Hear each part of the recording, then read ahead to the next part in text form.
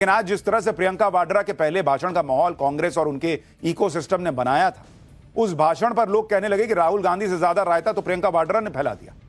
प्रियंका के जिस भाषण के बारे में बड़ी बड़ी बातें कही जा रही हैं, वो बातें सुनकर तो नरेंद्र मोदी, अमित शाह आज खुश हो रहे होंगे कि उनको दूसरा राहुल गांधी मिल गया है, क्योंकि राहुल गांधी की तरह प्रियंका वाड्रा ने भी अपने भाषण में सेल्फ गोल ही किए। प्रियंका वाड्रा ने किसानों का मुद्दा उठाया और कहा कि हिमाचल प्रदेश के सेब किसान परेशान हैं, हिमाचल के सेब किसान रो रहे हैं। अरे बॉस, हिमाचल में तो सरकार कांग्रेस की है। सुनिए एक बार इनको। भगवान भरोसे है आज इस देश का किसान, उसको छोड़ दिया गया है। आज हिमाचल में देखिए, जितने भी कानून बने हैं वो सब बड़े बड़े उद्योगपतियों के लिए बन रहे हैं। हिमाचल में जो सेब उगता था, उसके जो छोटे छोटे किसान हैं वह रो रहे हैं, क्योंकि एक व्यक्ति के लिए सब कुछ बदला जा रहा है। सुनने की हिम्मत रखो। मैं अध्यक्ष महोदय जी,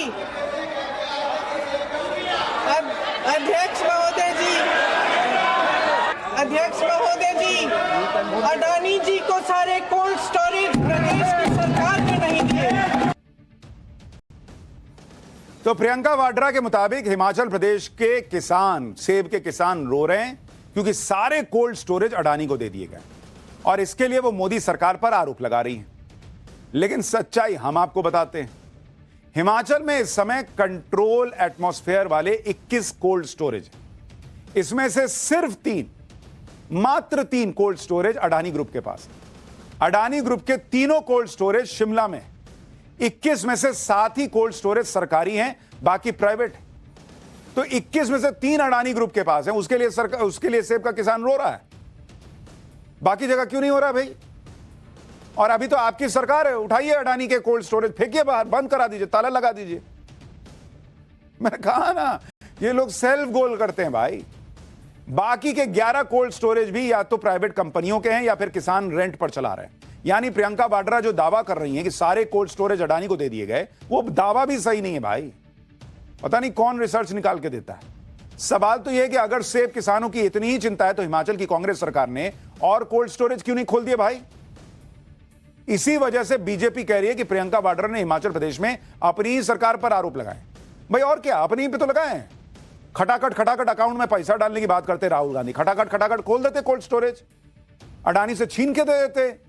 इतना न्याय करने का मन था तो बीजेपी कह रही है कि ये तो अपनी सरकार को एक्सपोज कर रही है। सुनिए क्या बोलना चाह रही थी, ये समझ में नहीं आया, लेकिन कहते कहते उन्होंने हिमाचल सरकार पर भी आरोप लगाया।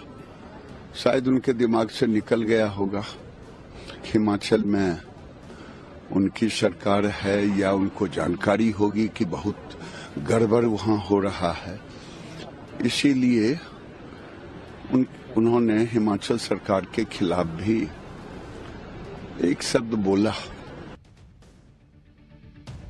लेकिन हर बात में अडानी की बात लानी है और नरेंद्र मोदी को घेरना है, तो इसके लिए कांग्रेस कुछ भी कह रही है। प्रियंका वाड्रा ने आज संसद में एक राजा की कहानी भी सुनाई। प्रियंका वाड्रा की एक कहानी आप भी सुनिए, फिर आपको वो किस्सा बताऊंगा जिसे सुनाकर मोदी सरकार के मंत्री ने संविधान की दुहाई दे रही कांग्रेस और इंडी गठबंधन को एक बार में निपटा दिया। एक कहानी होती थी अध्यक्ष महोदय, शायद बचपन में आपने भी सुनी होगी। राजा भेष बदलकर बाजार में आलोचना सुनने जाता था। ये सुनने जाता था कि प्रजा मेरे बारे में क्या कह रही है, मैं सही रास्ते पे चल रहा हूं कि नहीं। लेकिन आज का राजा, भेष तो बदलते हैं आज के राजा, शौक तो है उनको भेष बदलने का, लेकिन ना जनता के बीच जाने की हिम्मत है और ना आलोचना सुनने की।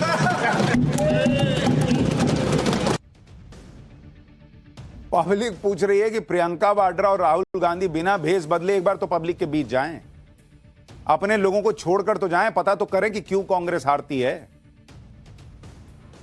कभी वो भी तो करें। हालांकि पैटर्न सेम है, मैंने आपको कहा ना, जैसे राहुल गांधी शुरू में आपको लीलावती कलावती की कहानियां सुनाते थे, वैसे प्रियंका वाड्रा भी कहानी वानी सुना रही। राइटर सेम है ऐसा लग रहा है।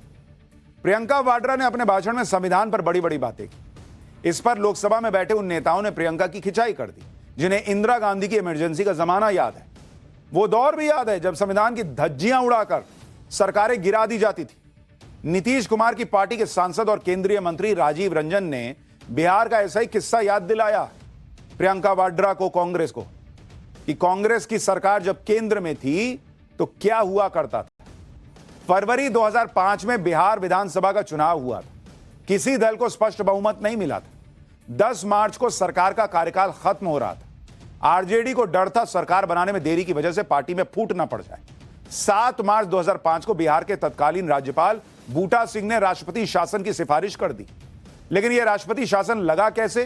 राजीव रंजन ने इस पर बड़ी बात लोकसभा में कही। राजीव रंजन ने बताया कि रात को 12 बजे एक केंद्रीय मंत्री प्रधानमंत्री मनमोहन सिंह के पास गए। मनमोहन सिंह को धमकाने लगे कि बिहार में विधानसभा को भंग करो, नहीं तो सरकार गिरा देंगे। फिर उसी रात 4 बजे कैबिनेट की बैठक हुई। उस वक्त तत्कालीन राष्ट्रपति एपीजे अब्दुल कलाम मॉस्को में थे बॉस। फैक्स के जरिए उनसे राष्ट्रपति शासन की सहमति दी गई। सुबह होते होते बिहार में राष्ट्रपति शासन लग गया।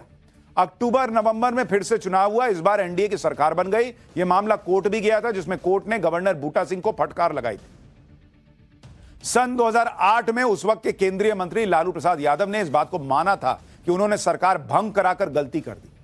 बिहार में जिस तरह से राजनीतिक उठापटक चल रही थी, उसे देखकर तत्कालीन राष्ट्रपति एपीजे अब्दुल कलाम बहुत परेशान हो गए थे और उन्होंने इस्तीफे तक की पेशकश कर दी थी। यह तो कांग्रेस का लोकतंत्र और संविधान रहा है बॉस, कि राष्ट्रपति विदेश में बैठे हों तो वहां से बोलिए भेजिए लगाइए, राष्ट्रपति शासन लगाइए, ऑर्डर दीजिए। रात में कैबिनेट की बैठक हो रही है। राजीव रंजन ने ऐसे ही किस्सों से कांग्रेस को दिन में तारे दिखाए।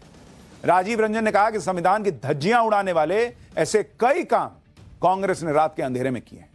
सुनिए राजीव रंजन ने आज कैसे प्रियंका वाड्रा को संविधान पर रियलिटी चेक करवाया है। अरे आप तो अभी ज्ञान आपको नहीं है, जरा अपने पूर्वजों के, आपके जो पूर्वजों ने जो इस देश में शासन किया है उनका भी जरा इतिहास तो पढ़ लेते। 100 चूहा, हम लोग के यहाँ कहावत है, सभापति महोदय आप भी जानते हैं, आपके यहाँ भी उत्तर प्रदेश में कहावत होगा, 100 चूहा खा के बिल्ली चली हज करने के लिए। पूरे शासन काल में आपने संविधान की धज्जी उड़ाई और संविधान की धज्जी उड़ाने के बाद जो संविधान के भक्षक हैं वो आज संविधान का कॉपी लेके घूम रहे हैं, जैसे लगता है कि कितने बड़े संविधान के रक्षक। संविधान के भक्षक संविधान के रक्षक नहीं हो सकते, इसलिए आप आज वहां बैठे हैं। आप समझती हैं कि सोना का चम्मच लेके हम लोग पैदा हुए हैं इस देश में शासन करने के लिए। देश की जनता ने कहा कि आप विपक्ष में बैठने के लायक हो, वहीं बैठते रहो, वहीं आनंद करते रहो। मोदी जी तीसरी बार आए हैं, चौथी बार आएंगे, आपका नामो निशान कुछ दिन में समाप्त हो जाएगा।